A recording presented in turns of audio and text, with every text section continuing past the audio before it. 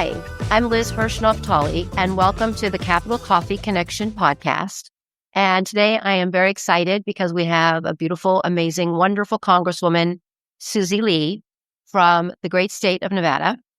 And I met her many years ago, but then I got to actually learn about her preparing for this podcast. And I was thinking about her because the other morning I took a bike ride, and I take a lot of bike rides down the Hudson River, which is beautiful because you have New York on one side and New Jersey on the other side, and then the water. And it's just beautiful.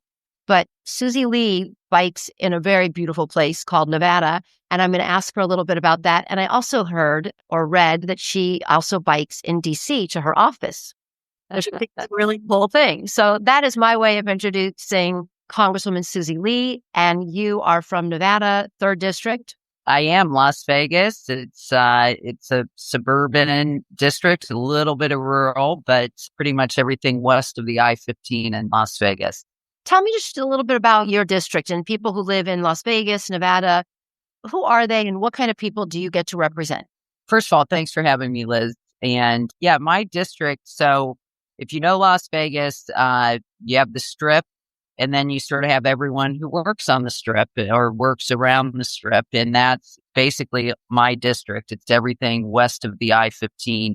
Listen, my district is incredibly diverse, which is exactly, it represents what Nevada is all about.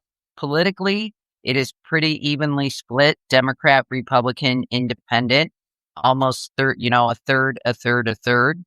Actually, most people identify as non-party, but then when they're asked questions about where they stand, it pretty much evens out a third.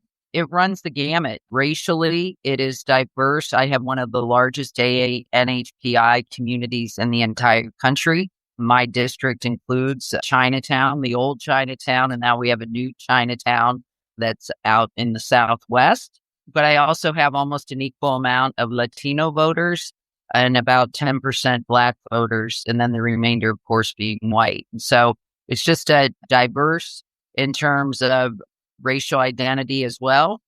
And I'm just going to say runs the gamut from service workers in the casinos to many people who are employed at Creech and Nellis Air Force Base to, anyone supporting Switch. It's a big data center is in my district. UFC, the fighting organization, that's located in my district. So it just pretty much runs the gamut from service workers to professionals.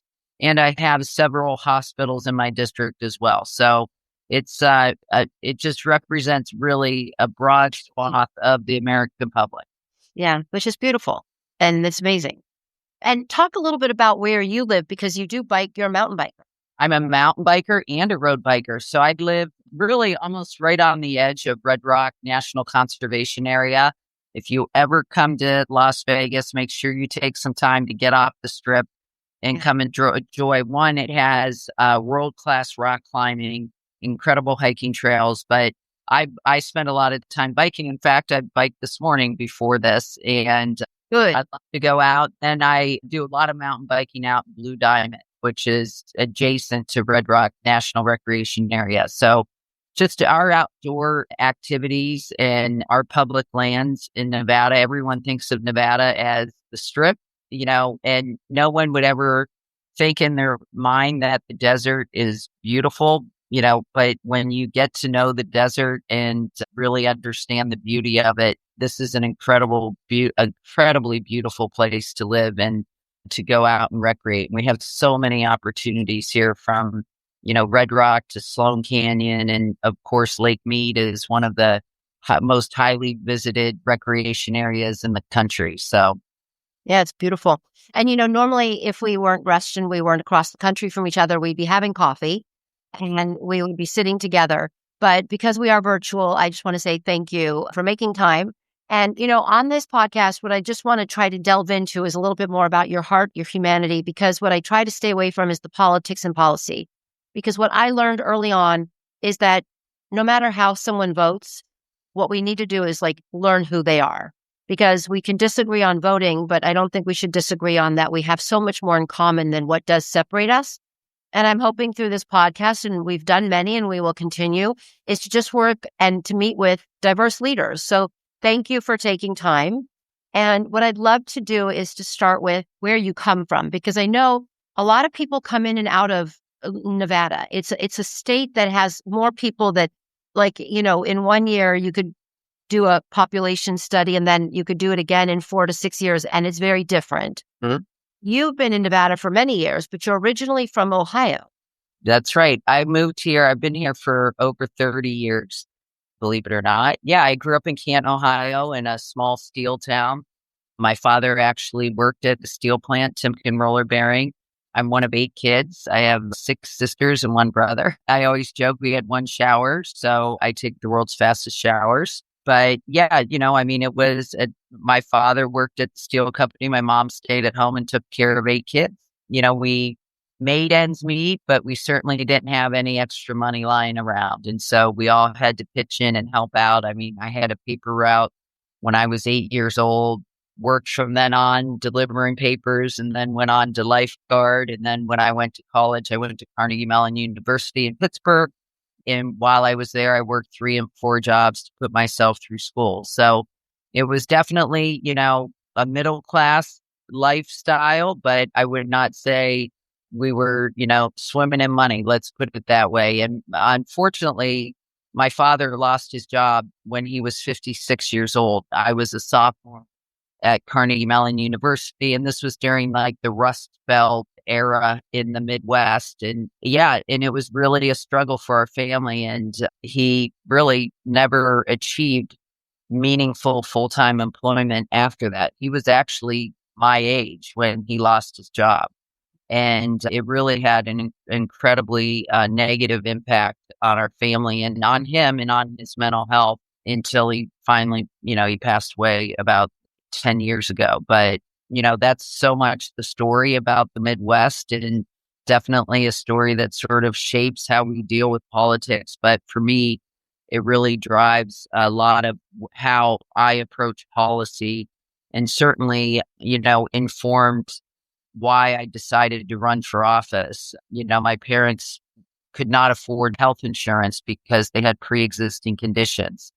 And to think that, that bill, the Affordable Care Act, it was basically Republicans had wanted to repeal it, was a really big motivator for me, because had that bill been in place when my mom suffered a heart attack 1 month before she qualified for Medicare, and their house, the hospital wanted to take their house.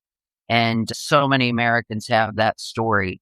And it was one that motivated me to run for office. Let me ask you this. I'm going to go back. In school, one of the questions I've asked a lot of leaders, obviously your family circumstances motivated you, but did you have a teacher or teachers in elementary school, high school, college that were just mentors that believed in you? Because I think that one piece about all of us is that we can look back and say, this teacher believed in me, saw me. Absolutely. Listen, I had so many, at every stage in my life, I could think of important mentors that I had. In high school, I had a speech teacher. His name was Mr. Rubenstein.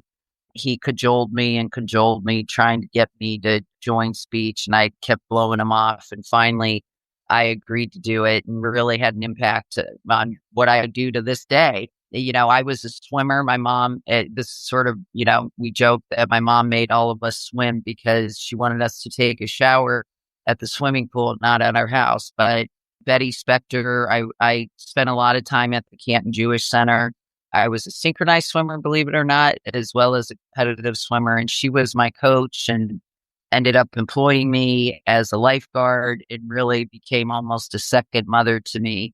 And then when I was in college, I had one of my jobs was working as an aerobics instructor. So I used to run down to the Pittsburgh Athletic Club. And one of my students employed me over the summer to take care of his 2 children. And he became a mentor to me as well. So it was like at key stages in my life. And then when I moved to Las Vegas, Mayor Jan Jones, who is the first female mayor in Las Vegas, I ended up working for her and opened the city's first comprehensive homeless drop-in center. So, I can always look at key points in my life and always identify these important mentors who really, without their help, I don't know what I would have done. I mean, my Betty and Bob Casey gave me jobs when I needed them. But more importantly, they sort of surrounded me with support that I need, whether it was, helping me buy gas for my car or helping me buy books in college and things like that. So I always say, and honestly, it sort of informs how I approach my professional development. I always say that in life, we're always going up and down the ladder. Sometimes we're at the bottom reaching up, and we always remember those people who reach down to help us up the rungs. But on the other side, that when you're at the top, I believe it's our duty to look back and make sure we're helping those other ones, other people in our orbit who might be struggling and need that help. Yeah. It is really the most beautiful thing is to get help and then to be able to give help. That's right. Absolutely. And how do you manage you have 2 kids, and I know that you're traveling a lot and you're between DC and Vegas. How do you balance because I always feel like moms have it as an interesting balance. You can't have one or the other that's perfect, but you just try to make it all work. Fortunately for me, my kids now are older. My daughter's 25 and she's actually working for a think tank in Washington, D.C. So we're very excited about that. And my son's in college now, but my son was in 8th grade right when I first got sworn in. And it was a juggling act, making sure that he was getting picked up from school and to his sports practice and who was feeding him and how was he getting home from practice and was he getting his homework done? I really have a lot of admiration for many members of the House who have younger kids. It is definitely a struggle. And certainly for those of us who represent a city on the West Coast, because not only do you have your job in DC and your job here, but then you're traveling 5 hours each way, almost three out of 4 weeks. And that you're dealing with the time zone difference as well. But I will say that was the struggle. But I also look at it it opened up a world of enlightenment and opportunity and education to issues that my children probably would never have been exposed to had I, continued as a nonprofit director. I mean, it just really, for as much as it puts stress on the family, it's also an opportunity for them to learn about what is happening in this world and get engaged. And both of them have worked on my campaigns. And, it's definitely been a added, just a plus for our family for sure, but definitely a struggle for us. And I'm sure your daughter likes that you're busy, but you're in DC, so you can grab a meal and just check in, which is nice. That's right. She, can run over and I'll take her grocery shopping when I'm in town or, she'll come over, we get to meet up. But, she said, how kids are. She's like, well, I might be too busy. And I'm like, yes, and I'm not. You get it. Yeah. But no, it's exciting to have her there. So a question I ask everybody, and I think it's a great one, is what's the best advice you've ever received? What's the worst advice? And what is the advice you give people? Because you do mentor as well. So either answer them all or whichever ones you want. But I think it's an interesting piece that people can understand, takeaways from this conversation. Well, yeah, I'll start with the worst advice, and it really sort of informs how I behave today. I was working in a job here in Las Vegas. Both of my children are conceived via IVF. And so at the time I was running this organization, there was a fellow who worked under me who was older than me and had been a retired high school principal. And he really didn't like the idea that he was working for a 28-year-old woman. And I had said to my boss that I was thinking about having children. And the advice I got was sort of to step aside and let this guy take over as the director. And so I could, take care of having children. Let's just say I just said, have a good life. Where that's not going to work for me. And I left the organization, but don't let anyone make a decision for how you're going to handle your life. And, at that point, I should have just stood up and said, well, thank you for the offer, but I'm going to continue in this position until I'm lucky enough to have a child. I mean, Yeah. crazy enough, it took me several years from then to have a child. So that was sort of a negative thing, but then you look back and it really drives me to make sure that when I advise young women, it's like, do what's right for you on your own time. And that's why, right now in this election and in our national conversation, women's choice and access to abortion is so incredibly important because it should be your decision, not anyone else's. The best advice I ever got, believe it or not, comes from my mom. Like I said, I was a synchronized swimmer growing up, and, my family didn't have that much money, and it's a sport that you get judged. And so, it's about appearance. I don't know if you've ever seen it, but they wear the costume and the hair and, all that stuff. Well, all of it costs a lot of money. And so we didn't have that type of money. I had to sew sequins on my own bathing suits and things like that. And so it was very subjective sport. And up until I was 13, I could never break into the top three, in scoring. And my mom just said to me, you have to be so good that no one can take it away from you. You have to be that good. And so that summer, I practiced every day. I went to school 4 hours a day. I stayed after practice. I'm a competitive swimmer because you need that to be a good synchronized swimmer. You have to have that strength. So I did that. I just worked my tail off that summer. And the next year at the competitions, I got first place and we never looked back from then on. And it was really, and that sort of informed me. You just got to work so hard that no one can take it away from you. And, I still to this day, it informs everything I do. And especially in this line of work, when you're running for office every 2 years, never take anything for granted, never leave anything on the field. The advice I give to people too is I always say, this is the advice I say to my kids. If you don't ask, the answer's no. If you don't apply, you have a 0% chance of getting in. Right. If you don't try, we know where you're going to get. And so at least give it a try. You might have a 2% chance of getting it, but it's more than zero. And so, I always, how when you have young kids and you're like, why don't you go out? No, I don't want to. And it's all they're going to say is no. You got a 50-50 chance. I figure let them say no so you can keep moving forward and use it. You can either, right. They say no, then you have an answer. But if you don't ask, you don't hit the no is a given. But right. If they say no, it's also a good place to start negotiating. That's right. That's right. Because a lot of people, they say no right away. And then you're like, talk to them and they soften it. Right. That's right.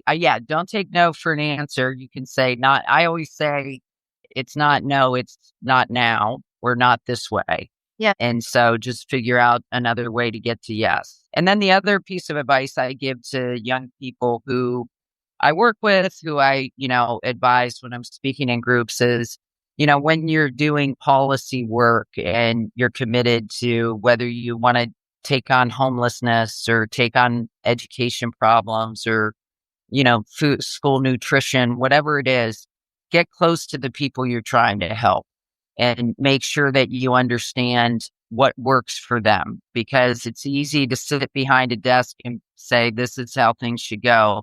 But until you're on the ground running those programs, getting the food or whatever it is, getting a roof over someone's head or making sure that they're staying in housing or, making sure that you're, getting food to the right people.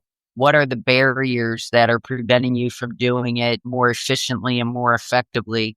And you have that better knowledge and you have more of a compassion for the people you're trying to help as well. Yeah, no, it's beautiful. And I think it's important. Thank you for sharing that one. Now we're going to do rapid questions. So they're just going to be quick questions. You can answer with a word or a phrase, whatever you want, but there's just nothing in it other than purely for people to get a little idea of who you are. Okay. First one is, what is your favorite scent or smell? Ooh, scent or smell. Gosh, I am very I am just very sensitive to smell. So I am Right now, I am enjoying, I have this so crazy, this dish soap from Hudson Grace that has like this like jasmine-y orange smell that I'm loving. Favorite sound? Favorite sound. I really love a sound bowl in yoga.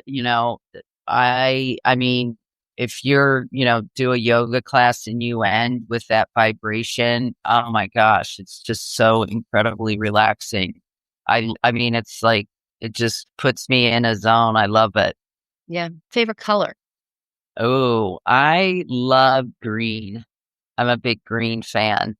Favorite food? One meal, what would it be? Oh my gosh. One meal. If I could eat pizza every day, every meal, I would. I love pizza so much.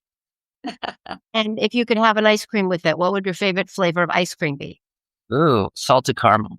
That's easy. And who is your biggest cheerleader? It's got to be my kid, my daughter and my son. They're, I mean, again, like this job takes a toll on your family because your vacations are limited. We always struggle in the summer.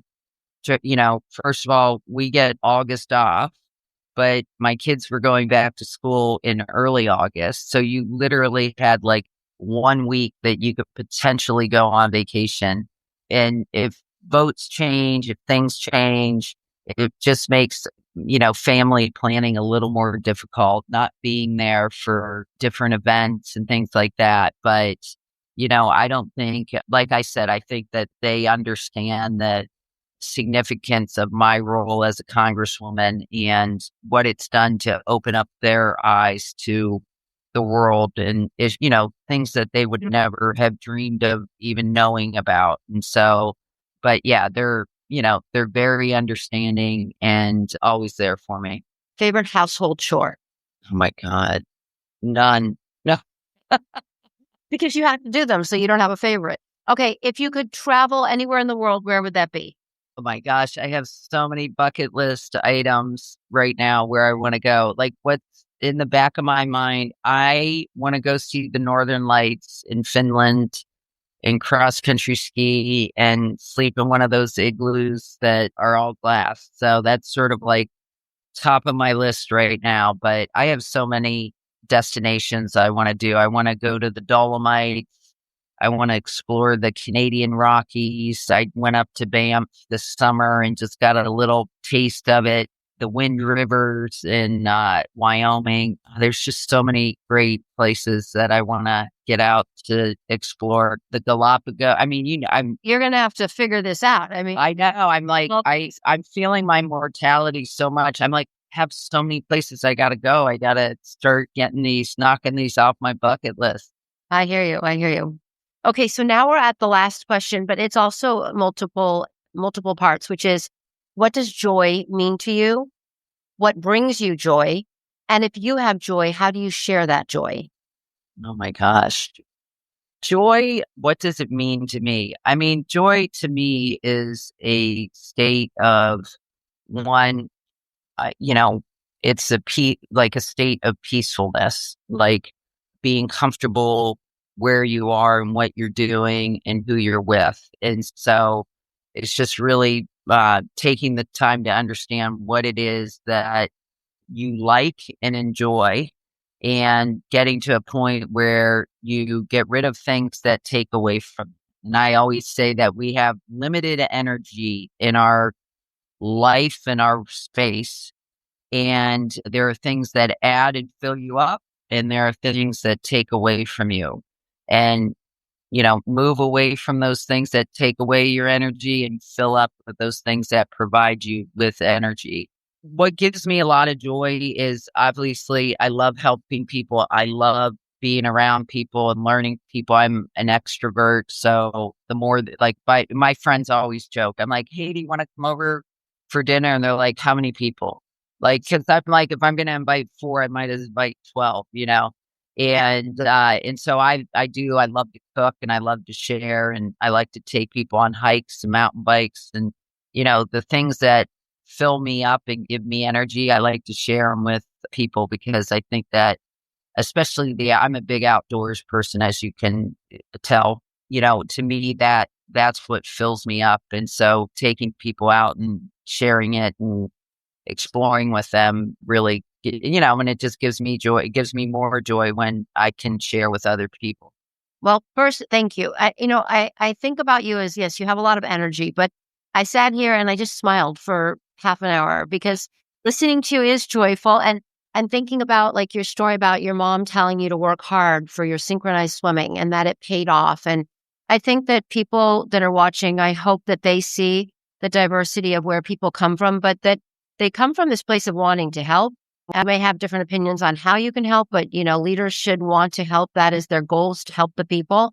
But I also think that, you also understand and you learn as a young person, you got to put in this time and it's hard work. And it can be joyful, but you got to put in the work. And I just think that, for me, getting to know more about you, and I look forward to others getting to learn more about you because you are joyful. You've got a lot of energy, but you also care. And those are just really the most amazing qualities for people that are in public service. And that's why people should be in public service. So absolutely. I hope that we meet again soon, but I hope it's in person and that we can actually have a cup of coffee together. Sounds great, Liz. Thank you.